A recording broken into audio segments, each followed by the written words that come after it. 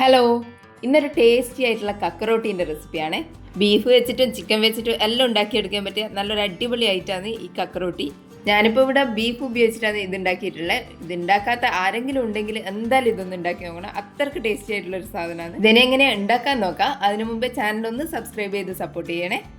ഇത് ഉണ്ടാക്കാൻ വേണ്ടിയിട്ട് ആദ്യം ഒരു കപ്പ് പുഴുങ്ങലരി എടുത്തിട്ടുണ്ട്. ഇത് നമ്മൾ ചോറ് വെക്കാൻ ഉപയോഗിക്കുന്ന ഏതരി ആയാലും കുഴപ്പമില്ല. ഇനി അതിലേക്ക് നല്ല തിളച്ച വെള്ളം ഒഴിച്ച് വെച്ചിട്ട് കുറച്ച് നേരം ഒന്ന് കുതിരയും വെക്കണം. അരിപ്പൊടി മാത്രം ഉപയോഗിച്ചിട്ട് ഇത് ചെയ്തെടുക്കാൻ പറ്റും. പക്ഷേ ഇതിങ്ങനെ തന്നെ ചെയ്തെടുക്കുമ്പോൾ നല്ല ടേസ്റ്റ് ഉണ്ടാവുക. കുറഞ്ഞത് ഒരു 5-6 മണിക്കൂറെങ്കിലും ഇതൊന്ന് കുതിരാൻ വേണ്ടിയിട്ട് വെക്കാം.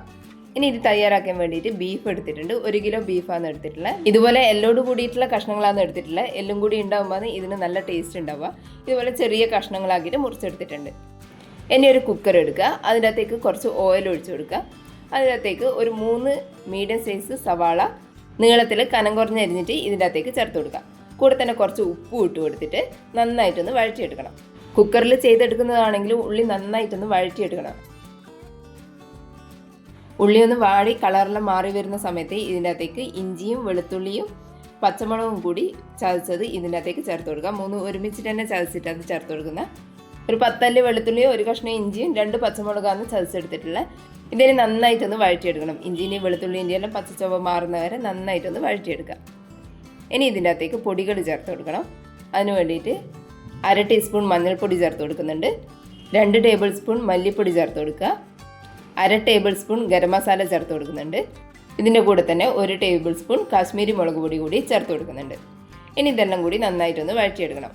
പൊടികളെല്ലാം വേറൊരു പാനിൽ ചൂടാക്കിയിട്ട് ഇതിൻ്റെ അകത്തേക്ക് ചേർത്ത് കൊടുത്താലും മതി. ഇതേ അളവിൽ തന്നെ പൊടികൾ എടുക്കുക. എന്നിട്ട് ലോ ഫ്ലെയിമിൽ വെച്ചിട്ട് നന്നായിട്ടൊന്ന് ചൂടാക്കി എടുത്തിട്ട് ഇതിനകത്ത് ചേർത്ത് കൊടുത്തിട്ട് ഒന്ന് വഴറ്റിയെടുത്താലും മതി. ഇതുപോലെ നേരിട്ട് കുക്കറിലേക്ക് ചേർത്ത് കൊടുക്കുന്ന സമയത്ത് കുറച്ചധികം സമയം ഇതുപോലെ വഴറ്റിയെടുക്കേണ്ടി വരും. എന്നാലും ഈ ഉള്ളീൻ്റെ കൂടെ എണ്ണയിൽ വഴറ്റിയെടുക്കുമ്പോൾ ഇതിന് വേറെ തന്നെ ഒരു ടേസ്റ്റ് കിട്ടുക. അതുകൊണ്ടാണ് ഇങ്ങനെ ചെയ്തെടുക്കുന്നത്. ഇനി നന്നായിട്ട് വഴറ്റിയെടുത്തതിന് ശേഷം ഇതിൻ്റെ അകത്തേക്ക് 2 പഴുത്ത തക്കാളി ചേർത്ത് കൊടുക്കാം. ഇനി ഈ തക്കാളി നന്നായിട്ട് ഉടഞ്ഞ് വരുന്നവരെ വഴറ്റി കൊടുക്കാം. ഇതുപോലെ തക്കാളി നന്നായിട്ട് വഴറ്റിയെടുത്തതിന് ശേഷം ഇതിൻ്റെ അകത്തേക്ക് നമ്മൾ കഴുകി വൃത്തിയാക്കി വെച്ചിട്ടുള്ള ബീഫ് ചേർത്ത് കൊടുക്കാം. ബീഫ് മുഴുവൻ ഇതിൻ്റെ അകത്തേക്ക് ചേർത്ത് കൊടുത്തതിന് ശേഷം 1 ടേബിൾ സ്പൂൺ മീറ്റ് മസാല ഇട്ട് കൊടുക്കുന്നുണ്ട്. അതിൻ്റെ കൂടെ തന്നെ കുറച്ച് ഉപ്പ് വേണമെങ്കിൽ ഇട്ട് കൊടുക്കാം. ഇനി ഇത് നന്നായിട്ടൊന്ന് വഴറ്റിയെടുക്കാം. മസാലയെല്ലാം ബീഫിൽ മുഴുവനായിട്ട് പിടിക്കുന്നവരെ ഇതുപോലെ വഴറ്റി കൊടുക്കാം. ഇനി ഇത് അടച്ചു വെച്ചിട്ടൊന്ന് കുക്ക് ചെയ്തെടുക്കാം. വിസിലിൻ്റെ എണ്ണം ഓരോ കുക്കർ അനുസരിച്ചിട്ടും ബീഫ് അനുസരിച്ചിട്ടും എല്ലാം വ്യത്യാസം ഉണ്ടാവും. അതുകൊണ്ട് മിനിമം ഒരു 6-7 വിസിൽ എന്തായാലും വേണ്ടി വരും. അതിനുശേഷം ബീഫിൻ്റെ വേവ് നോക്കിയിട്ട് അതുപോലെ എത്രയാണോ വേണ്ടതെന്ന് വെച്ചാൽ ചെയ്ത് കൊടുക്കാം. ഇനി ഒരു മിക്സീൻ്റെ ജാറിലേക്ക് 1 കപ്പ് തേങ്ങ ഇട്ട് കൊടുക്കാം. അതിൻ്റെ കൂടെ തന്നെ ഒരു 10 ചെറിയുള്ളി ചേർത്ത് കൊടുക്കാം. ചെറിയുള്ളി തന്നെ ചേർത്ത് കൊടുക്കുന്നതായിരിക്കും നല്ലത്. ഇല്ലെങ്കിൽ മാത്രം സവാള ചേർത്ത് കൊടുത്താൽ മതി. ഇനി അതിൻ്റെ അകത്തേക്ക് കുറച്ച് കറിവേപ്പിലയും ഇട്ട് കൊടുക്കുക. 1 ടീസ്പൂണ് പെരിഞ്ജീരകം പൊടിച്ചത് ചേർത്ത് കൊടുക്കുന്നുണ്ട്. മുഴുവനായിട്ടുള്ള പെരിഞ്ജീരകം ചേർത്ത് കൊടുത്താലും മതിയാവും.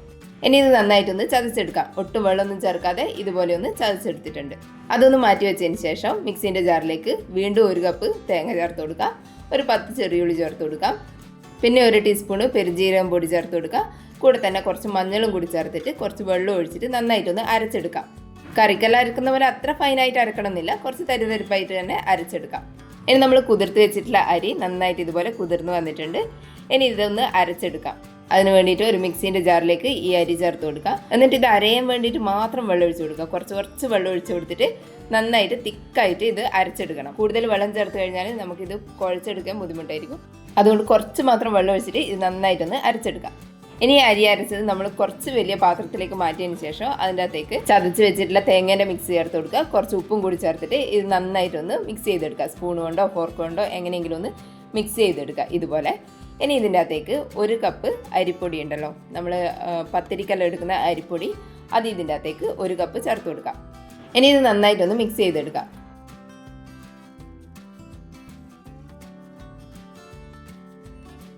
ഇതുപോലെ സ്പൂൺ കൊണ്ട് നന്നായിട്ടൊന്ന് മിക്സ് ചെയ്ത് കൊടുത്തതിന് ശേഷം കൈ വെച്ചിട്ടൊന്ന് കുഴച്ചെടുക്കാം. നമ്മൾ പത്തിരിക്കും ഇടിയപ്പത്തിനെല്ലാം കുഴച്ചെടുക്കുന്ന പോലെ അതേ പരുവത്തിൽ വേണം കുഴച്ചെടുക്കാൻ വേണ്ടിയിട്ട്. പൊടി ആവശ്യമുണ്ടെന്നുണ്ടെങ്കിൽ കൂടുതൽ ചേർത്ത് കൊടുത്താൽ മതി. ഇതുപോലെ നന്നായിട്ടൊന്ന് കുഴച്ചെടുത്തതിന് ശേഷം കയ്യിൽ കുറച്ച് എണ്ണ പുരട്ടിയിട്ട് ഇതിൻ്റെ അകത്തുനിന്ന് ഇതുപോലെ കുറച്ചെടുക്കുക. എന്നിട്ട് കൈവെള്ളയിലിട്ടിട്ട് ഒന്ന് ഉരുട്ടിയതിന് ശേഷം ചെറിയൊരു കഷ്ണം എടുത്തിട്ട് കൈയിൻ്റെ ഉള്ളം കയ്യിൽ വെച്ചിട്ട് ഇതുപോലെ ഒന്ന് ഉരുട്ടി കൊടുക്കുക. എന്നിട്ട് അതിൻ്റെ നടുവിലൊന്ന് പ്രസ് ചെയ്ത് കൊടുക്കുക. ഇതുപോലെ ഒരു ഷേപ്പിൽ ചെയ്തെടുക്കാം. സാധാരണ കക്കറോട്ടി ഉണ്ടാക്കുന്നതിൻ്റെ ഒരു ഷേപ്പാണ് ഇത്, അതുപോലെ തന്നെ ചെയ്തെടുക്കാം. ഇത് എത്രത്തോളം ചെറുതായിട്ട് ചെയ്തെടുക്കാൻ പറ്റുമോ അത്ര ചെറുതായിട്ട് ഇത് ചെയ്തെടുക്കാൻ നോക്കുക. ഇതിൻ്റെ വലുപ്പം കൂടിക്കഴിഞ്ഞാൽ ഒട്ടും ടേസ്റ്റ് ഉണ്ടാവില്ല. ഇതിങ്ങനെ ചെയ്തെടുക്കാൻ കുറച്ച് പണിയാണ്, എന്നാലും കുറച്ച് സമയം എടുത്തിട്ട് തന്നെ ഇതിങ്ങനെ ചെയ്തെടുക്കുക. 2 വിധത്തിൽ ഇത് ചെയ്തെടുക്കാം. ഒന്നിതിൽ കൈ കൊണ്ട് ഇങ്ങനെ പ്രസ് ചെയ്തതിന് ശേഷം ഈ വിരലുമ്പിൽ തന്നെ എടുത്തിട്ട് മാറ്റി വെക്കാം. അല്ലെങ്കിൽ ഇതുപോലെ ഉരുട്ടിയതിന് ശേഷം കൈ ഒന്ന് മടക്കി കൊടുത്തിട്ട് പ്രസ് ചെയ്തിട്ട് കൈ എടുത്തതിന് ശേഷം ഇങ്ങനെ തട്ടിയിടുകയും ചെയ്യാം. ഇതിപ്പം മുഴുവനായിട്ടും ചെയ്തെടുത്തിട്ടുണ്ട്. 2 പാത്രത്തിലായിട്ടാണ് ചെയ്തിട്ടുള്ളത്. ഇതിനെ ആവിയിൽ വെച്ചിട്ടൊന്ന് വേവിച്ചെടുക്കണം. അതിന് വേണ്ടിയിട്ട് സ്റ്റീമറിൽ വെച്ചിട്ടൊന്ന് ആവി കയറ്റിയെടുക്കുക. ബാക്കിയുള്ളതൊരു ഇഡ്ഡലി പാത്രത്തിൽ ചെയ്തെടുക്കുന്നുണ്ട്. ഏകദേശം ഒരു 20-30 മിനിറ്റ് നേരം ഒന്ന് ആവി കയറ്റി എടുക്കണം. എന്നാൽ മാത്രമേ ഇത് നന്നായിട്ട് വെന്ത് കിട്ടും. ഹൈ ഫ്ലെയിമിൽ തന്നെ വെച്ചിട്ട് ഒരു 30 മിനിറ്റ് നേരം ആവി കയറ്റി എടുത്തിട്ടുണ്ട്. നന്നായിട്ട് ചൂടാറിയതിന് ശേഷം മാത്രം ഇതിങ്ങനെ ഇളക്കിയിട്ട് കൊടുക്കാം. ഇനി ഒരു പാത്രത്തിലേക്ക് കുറച്ച് നെയ്യ് ഒഴിച്ചു കൊടുക്കുന്നുണ്ട്. നെയ്യ് തന്നെ വേണമെന്നില്ല, വെളിച്ചെണ്ണ ഒഴിച്ചു കൊടുത്താലും മതിയാവും. ഇനി ഈ നെയ്യ് ഒന്ന് ചൂടായി വരുന്ന സമയത്ത് അതിനകത്തേക്ക് 2 പച്ചമുളക് ഇതുപോലെ കീറിയിട്ട് ഇട്ട് കൊടുക്കാം. എന്നിട്ട് നന്നായിട്ടൊന്ന് വഴറ്റി കൊടുക്കുക. പച്ചമുളകിൻ്റെ കളറെല്ലാം മാറി ഒരു വെള്ള കളറാകുന്നവരെ ഒന്ന് വഴറ്റി കൊടുക്കുക. ഇനി ഇതിൻ്റെ അകത്തേക്ക് ഒരു ചെറിയ സവാള ചെറുതായിട്ട് അരിഞ്ഞിട്ട് ചേർത്ത് കൊടുക്കുക. കൂടെ തന്നെ ഒരു 10 ചെറിയ ഉള്ളി ഇതുപോലെ ചെറുതായിട്ട് അരിഞ്ഞതും കൂടി ചേർത്ത് കൊടുക്കുക. ഇനി ഇത് നന്നായിട്ടൊന്ന് വഴറ്റിയെടുക്കണം. തീ ഒന്ന് മീഡിയം ഫ്ലെയിമിൽ വെച്ചിട്ട് ഇതിൻ്റെ കളറിലൊന്ന് മാറി വരുന്നവരെ നന്നായിട്ടൊന്ന് വഴറ്റി കൊടുക്കുക. ഉള്ളിൻ്റെ എല്ലാം കളർ നന്നായിട്ട് മാറി വരുന്നവരെ ഒന്ന് വഴറ്റി കൊടുക്കുക. അതിനുശേഷം നമ്മൾ വേവിച്ച് വെച്ചിട്ടുള്ള ബീഫ് ഇതിൻ്റെ അകത്തേക്ക് ചേർത്ത് കൊടുക്കുക. കൂടെ തന്നെ നമ്മൾ അരച്ച് വെച്ച തേങ്ങേൻ്റെ മിക്സ് കൂടി ഇതിൻ്റെ അകത്തേക്ക് ചേർത്ത് കൊടുക്കാം. ഇനി നന്നായിട്ടൊന്ന് മിക്സ് ചെയ്തെടുക്കണം. ഇനി ഇതിൻ്റെ അകത്തേക്ക് എക്സ്ട്രാ വെള്ളമൊന്നും ചേർക്കേണ്ട ആവശ്യമില്ല. ഈ തേങ്ങേൻ്റെ അരപ്പ് കൂടി ചേർത്തിട്ട് നന്നായിട്ടൊന്ന് മിക്സ് ചെയ്ത് കൊടുത്താൽ മതി. ഈ അരപ്പ് ബീഫിൽ മൊത്തമായിട്ട് പിടിക്കുന്നവരെ നന്നായിട്ടൊന്ന് ഇതുപോലെ മിക്സ് ചെയ്ത് കൊടുക്കുക. ഈ സമയത്ത് വേണമെങ്കിൽ ഉപ്പ് കൂടി ചേർത്ത് കൊടുക്കാം. ഇനി ഇതിൻ്റെ അകത്തേക്ക് കുറച്ച് കറിവേപ്പിലയും മല്ലിയിലയും കൂടി ചേർത്ത് കൊടുക്കാം. മല്ലിയില ഓരോ ആളെ ടേസ്റ്റിനനുസരിച്ച് ചേർത്ത് കൊടുക്കുക. കൂടുതൽ വേണമെങ്കിൽ കൂടുതൽ ചേർത്ത് കൊടുക്കുക. ഇനി ഇതെല്ലാം കൂടി ഒന്ന് മിക്സ് ചെയ്തെടുത്തതിന് ശേഷം കുറച്ച് നേരം ഒന്ന് തിളപ്പിച്ചെടുക്കണം. ഒരു 5 മിനിറ്റ് നേരം ഇതുപോലെ നന്നായിട്ട് തിളപ്പിച്ചെടുത്തതിന് ശേഷം ഇതിൻ്റെ അകത്തേക്ക് ഒരു 1/2 ടീസ്പൂൺ കുരുമുളക് പൊടി ചേർത്ത് കൊടുക്കാം.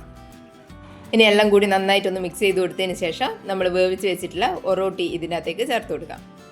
ഇനി ഇതെല്ലാം കൂടി നല്ലപോലെ ഒന്ന് മിക്സ് ചെയ്ത് കൊടുക്കണം. ബീഫും അതിൻ്റെ ഗ്രേവിയും എല്ലാം ഈ ഒറോട്ടിയിൽ നന്നായിട്ട് കൂട്ട് ചെയ്യുന്നവരെ ഇതുപോലെ മിക്സ് ചെയ്ത് കൊടുക്കുക. ഇങ്ങനെ ഇളക്കി കൊടുക്കുന്ന സമയത്ത് തന്നെ ഒറോട്ടിയെല്ലാം ഒട്ടിപ്പിടിച്ചിട്ടുണ്ടെങ്കിൽ അതെല്ലാം ഒന്ന് ഇളക്കിയിട്ട് കൊടുക്കുക. എന്നിട്ട് നന്നായിട്ട് ഇതുപോലെ ഒന്ന് മിക്സ് ചെയ്ത് കൊടുക്കുക. ഇനി ഇത് അടച്ച് വെച്ചതിന് ശേഷം ഒരു 8-10 മിനിറ്റ് നേരം ഒന്ന് ലോ ഫ്ലെയിമിൽ ഇതുപോലെ വെച്ചിരിക്കുക. ഒരു 10 മിനിറ്റിന് ശേഷം ഇത് തുറന്നു കഴിഞ്ഞാൽ നന്നായിട്ട് ആവിയെല്ലാം കയറിയിട്ട് ഇത് നന്നായിട്ടെല്ലാം കൂടി മിക്സ് ആയിട്ടുണ്ടാവും. ചൂടോടുകൂടി കഴിക്കാനാണ് ഇത് നല്ല ടേസ്റ്റ് ഉണ്ടാവുക. രാത്രിക്കൊക്കെല്ലാം ഉണ്ടാക്കാൻ പറ്റിയ ഒരു അടിപൊളി ഐറ്റമാണ്. ആരെങ്കിലും ഇത് ഇതുവരെ ഉണ്ടാക്കാത്തുണ്ടെങ്കിൽ ഒന്ന് ഉണ്ടാക്കി നോക്കണേ, എന്തായാലും ഇഷ്ടപ്പെടും. ബീഫ് കഴിക്കാത്തവരുണ്ടെങ്കിൽ ചിക്കൻ വെച്ചിട്ട് ഇതുപോലെ തന്നെ ചെയ്തെടുക്കാം. എന്തായാലും എല്ലാവരും ഒന്ന് ട്രൈ ചെയ്ത് നോക്കേ. വീഡിയോ കണ്ടിട്ട് ഇഷ്ടപ്പെട്ടിട്ടുണ്ടെങ്കിൽ ഒന്ന് ലൈക്ക് ചെയ്ത് സബ്സ്ക്രൈബ് ചെയ്യണേ. താങ്ക്